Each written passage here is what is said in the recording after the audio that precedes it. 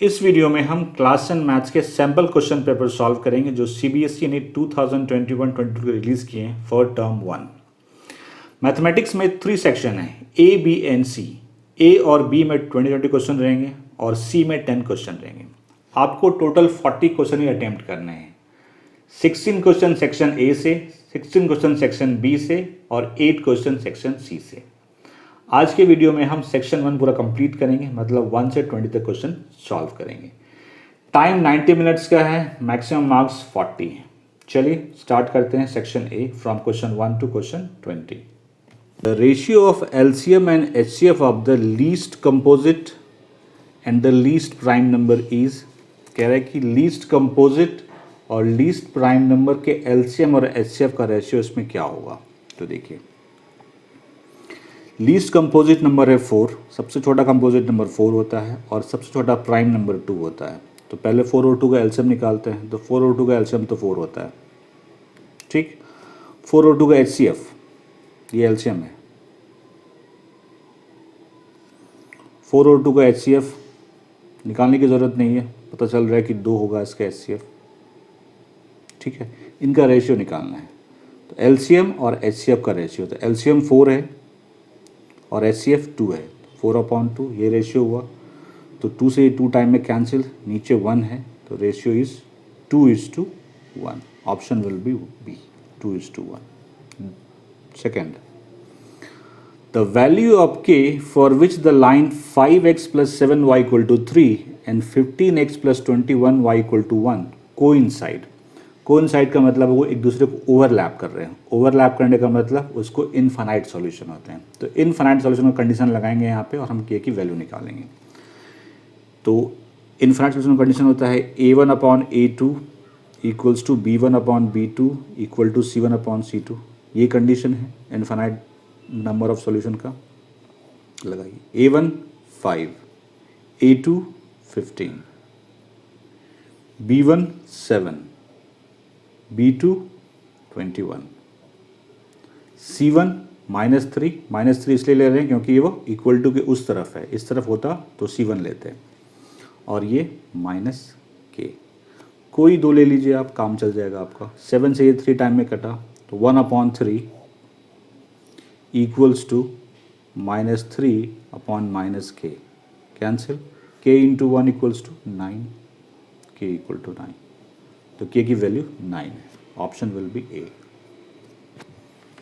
A girl walks 200 metre towards east and then 150 metre towards north.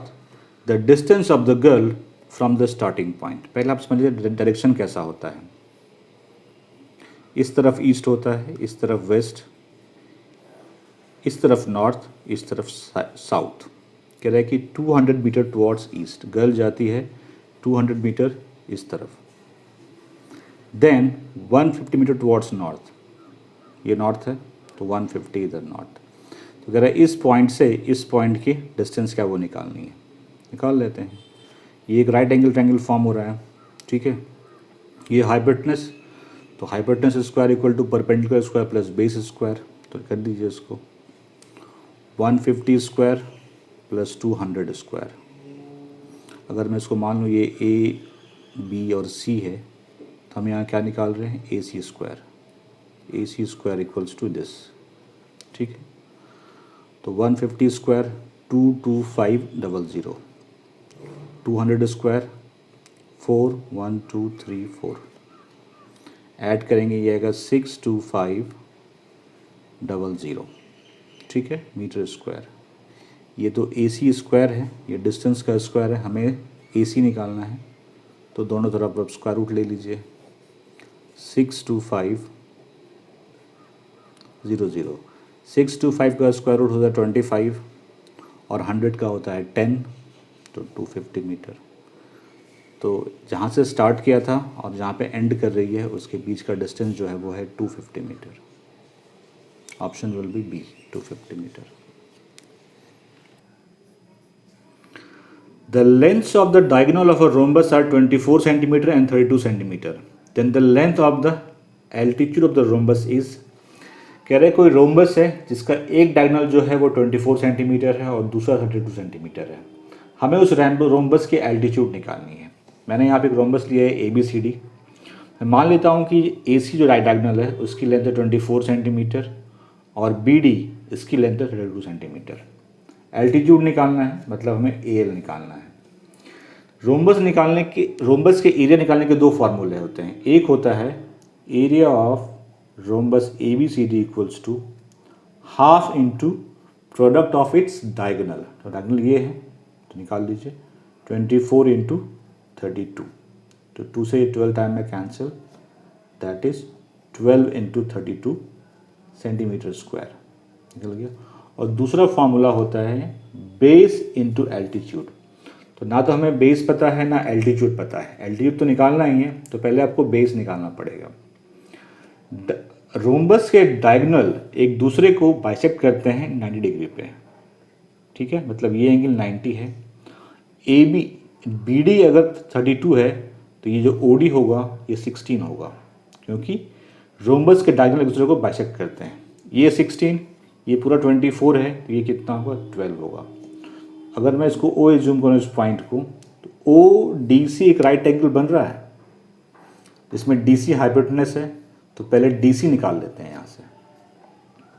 तो DC square equals to OD square plus OC square perpendicular square plus base square. OD is 16, 256 plus 144 that is 400।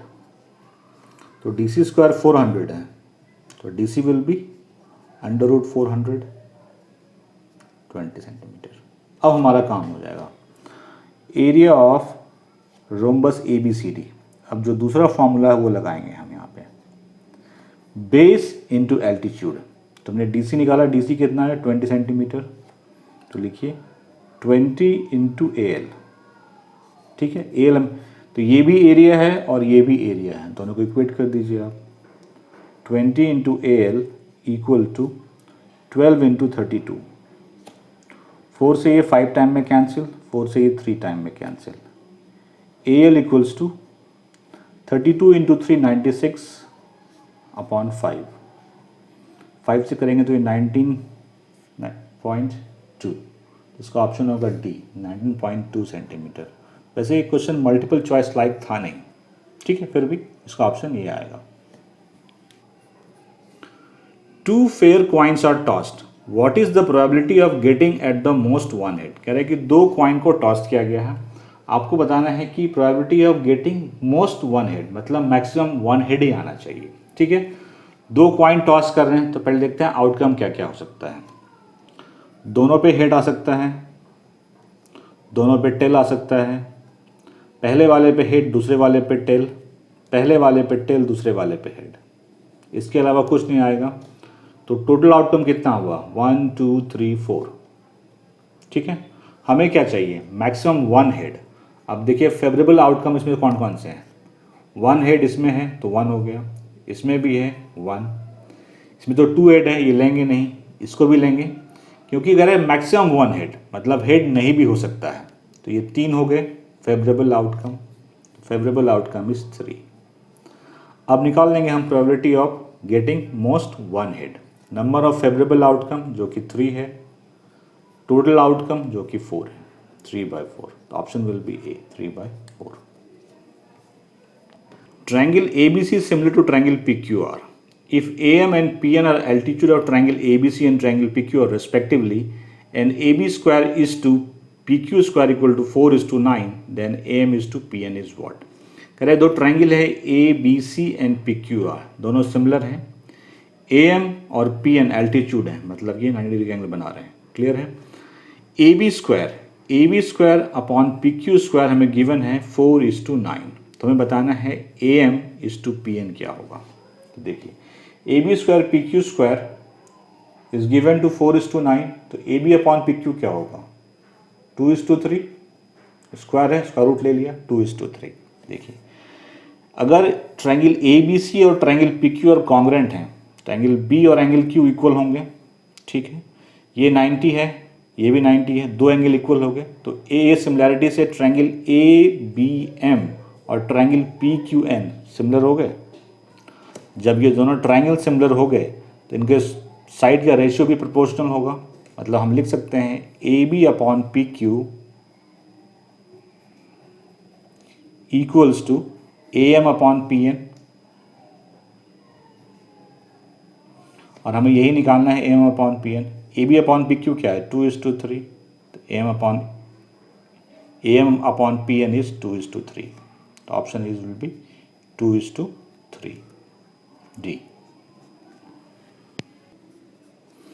कह रहे if 2 sin square beta minus cos square beta is equal to 2 then beta equal to what. देखिए 2 sin square beta को लिख सकते हैं हम लोग 2 1 minus cos square beta लिख सकते हैं, minus cos square beta is equal to 2, 2 into 1 2, 2 minus 2 cos square beta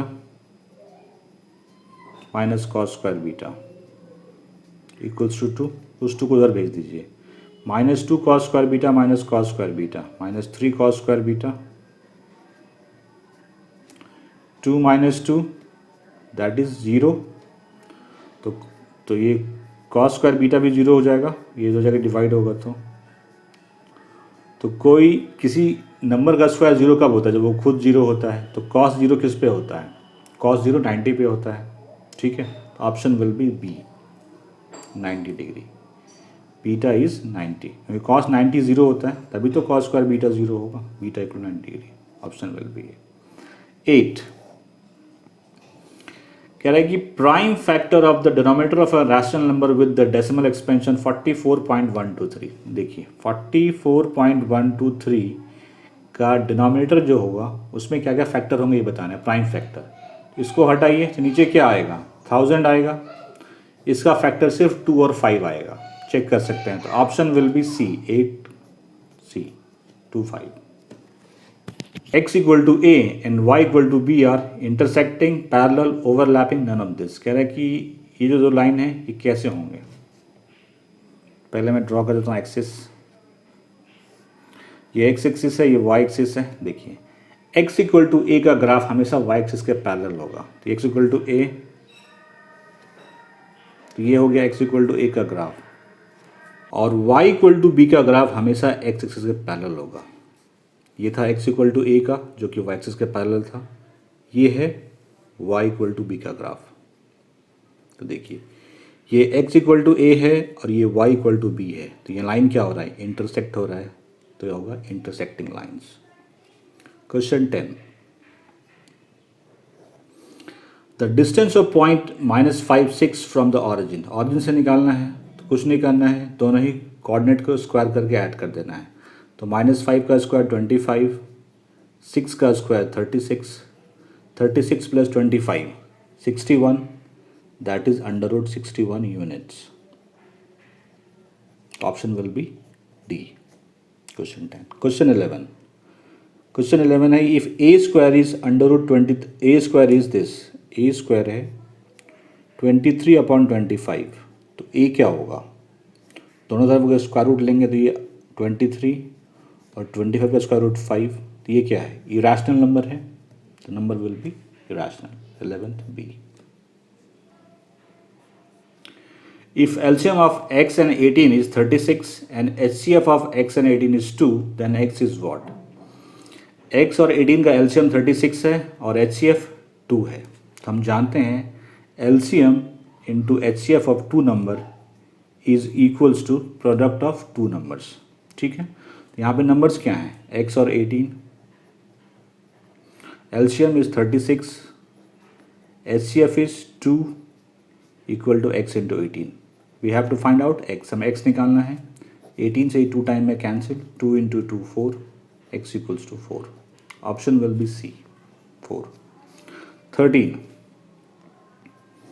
in triangle A B C, कोई ट्राइंगल है ए बी सी जो कि राइट एंगल है बी पे, ठीक है, और 10a√3 है, तो 10 60√3 होता है, इसका मतलब कि ये 90 है तो ये 60 है, तो ये 90 है ये 60 है, तो 150 हो गया तो ये 30 होगा। तो ए बी सी पता चल गया, हमें इसकी वैल्यू निकालनी है। कॉस ए मतलब cos 60, cos C cos 30, minus sine 60 into sine 30। Cos 60 half होता है, कॉस 30 √3/2, साइन 60 √3/2 और साइन 30 हाफ, दोनों ही सेम है तो 0 होगा। Option will be B, 0। 14. If the angle of triangle ABC are in the ratio 1:1:2 respectively, the largest angle being angle C, largest angle C है, then the value of this, देखिए किसी triangle के angle का ratio 1:1:2 है, तो x + 2x equal to 180 होगा angle sum property से। 3 4x, 4x is 180, x equals to 180/4, that is 45। तो x 45 है। ट्रायंगल बना लीजिए आप, ज़्यादा आसान होगा, ठीक है। कह रहे हैं कि C जो है लार्जेस्ट एंगल है, तो ABC, ठीक है। तो C मतलब 2x, 2x मतलब 90 डिग्री, मतलब ये 90 है, ये 45, ये 45, क्लियर है। तो ABC पता चल गया आपको, वैल्यू पुट करनी है। सेक 45 √2 होता है, कॉसेक 45 ये भी √2 होता है। 10 45 1, कॉट 45 1, तो 1 माइनस ये तो कैंसिल हो गया, ठीक है। 1 ये भी कैंसिल हो गया, तो 1 - 1 that is 0। Option will be A, 0। The number of revolutions made by a circular wheel of radius 0.7 meter in rolling a distance of 176 meter। देखिए 176 मीटर की डिस्टेंस कवर करनी है और आपके पास एक व्हील है, सर्कुलर व्हील है, जिसकी रेडियस है 0.7 सेंटीमीटर, 0.7 मीटर। तो देखिए ये व्हील 1 रेवोल्यूशन में कितना डिस्टेंस ट्रेवल करेगी, जो सरकमफ्रेंस होगा। तो पहले सरकमफ्रेंस निकालिए इसका, सरकमफ्रेंस ऑफ व्हील, उसको शॉर्ट में लिख रहा हूँ मैं CW, तो 2πr होता है, तो 2 इंटू पाई की वैल्यू 22/7, r इज 0.7, ठीक है। तो 7 से ये 0.1, 44 इंटू 0.1 दैट इज़ 4.4 मीटर। देखिए ये जो व्हील आपके पास है ये 1 रेवोल्यूशन में 4.4 मीटर डिस्टेंस ट्रेवल करती है। हमें कितना करना है 176, तो 176 में से डिवाइड कर देते हैं। तो number of revolution n equal to 176/4.4, इस डेसिमल को हटाइए, यहाँ पे 10 कर दीजिए आप। 44 से ये 4 टाइम में कैंसिल, 4 इंटू 10 40, तो answer will be D, 40। Triangle ABC is such that AB is 3 cm, BC is 2 cm, CA is 2.5 cm। Triangle ABC और DEF similar triangle हैं and EF is 4 cm। Then perimeter of triangle DEF is, कह रहा है दो triangle हैं, एक triangle है ABC, बना लीजिए आप ABC, दूसरा है DEF, दोनों ही ट्रायंगल सिमिलर हैं, ठीक है। AB 3 गिवन है, BC 2 गिवन है और CA 2.5 है, EF 4 है, ठीक है। हमें पेरीमीटर निकालनी है, मतलब हमें निकालना है DE + EF + DF निकालना है। अगर ये ट्रायंगल सिमिलर हैं तो AB/DE इक्वल्स टू AC/DF,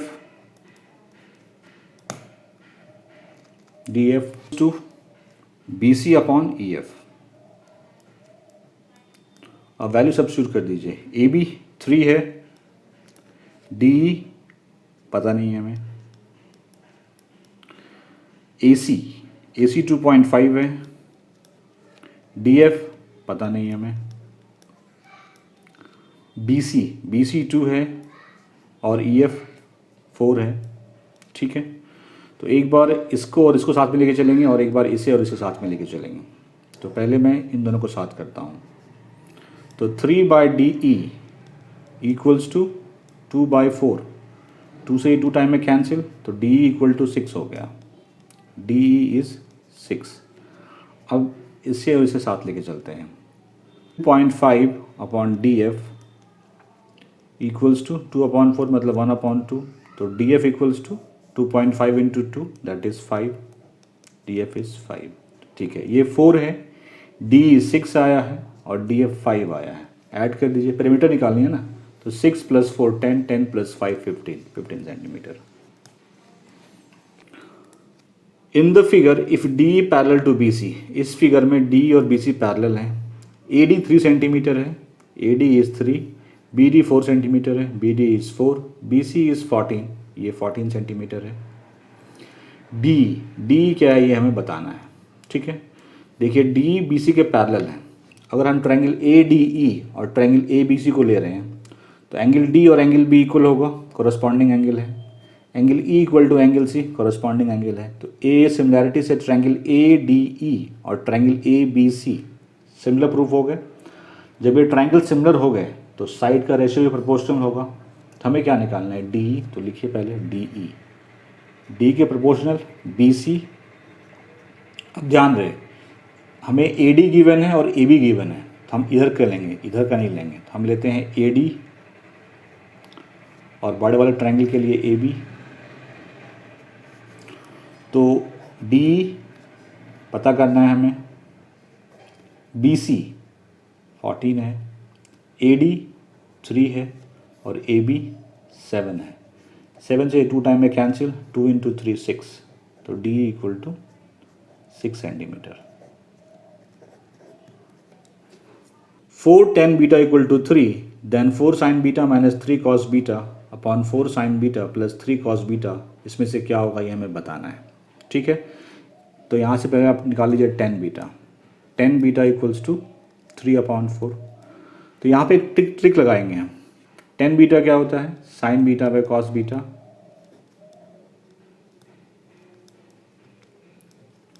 तो जहाँ जहाँ साइन बीटा है वहाँ पे 3 लगा देंगे, और जहाँ जहाँ कॉस बीटा है वहाँ पे 4 लगा देंगे। लेकिन ये जो ट्रिक है ये सिर्फ तभी यूज़ करेंगे जब न्यूमरेटर में और डिनोमिनेटर में 2 ही टर्म होंगे और दोनों ही टर्म सेम होंगे। यहाँ पे साइन है, कॉस है, यहाँ भी साइन और कॉस है, सिर्फ साइन का डिफरेंस है, उसी केस में लगेगा ये। अब लगा लीजिए 4 × साइन बीटा मैंने क्या लिया 3 × कॉस बीटा 4। तो नीचे कुछ भी हो, ऊपर तो 0 आ गया, अगर ऊपर 0 आ गया 12 - 12 0, तो नीचे तो 0/something 0 होता है, option will B 0। One equation of pair of dependent linear equation is -5x + 7y = 2. The second equation can be, कह रहा है कि इसके डिपेंडेंट लीनियर इक्वेशन को आपको बताना है। डिपेंडेंट का मतलब होता है वैसे इक्वेशन जो सेम लाइन को रिप्रेजेंट करते हैं, मतलब कि ओवरलैप करेगा लाइन, मतलब सॉल्यूशन इनफाइनाइट होंगे। उस केस में हम जानते हैं कि A1/A2 equals to B1/B2 equal to C1/C2 होना चाहिए। तो बारी बारी से चेक करना पड़ेगा। मैं इसको चेक करता हूँ क्योंकि मुझे पता सॉल्यूशन यही है। तो चेक कीजिए, -5/10, 7/-14,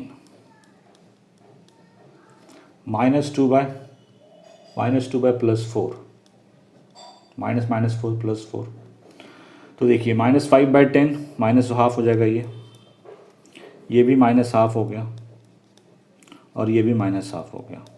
ठीक है, तो इसके डिपेंडेंट जो होगा वो इक्वेशन होगा ये 10x - 14y = -5। डिपेंडेंट का मतलब होता है infinite number of solution. Dependent means जो ग्राफ बनेंगे वो सेम होगा, मतलब एक दूसरे को ओवरलैप करेगा। ठीक है, ये लास्ट क्वेश्चन है सेक्शन ए का, क्वेश्चन 20।